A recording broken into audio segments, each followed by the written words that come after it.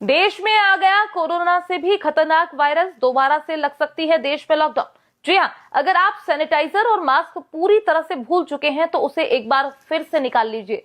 Corona के नियमों का दोबारा से पालन शुरू कर दीजिए, क्योंकि देश में आ गया है कोरोना से भी खतरनाक वायरस।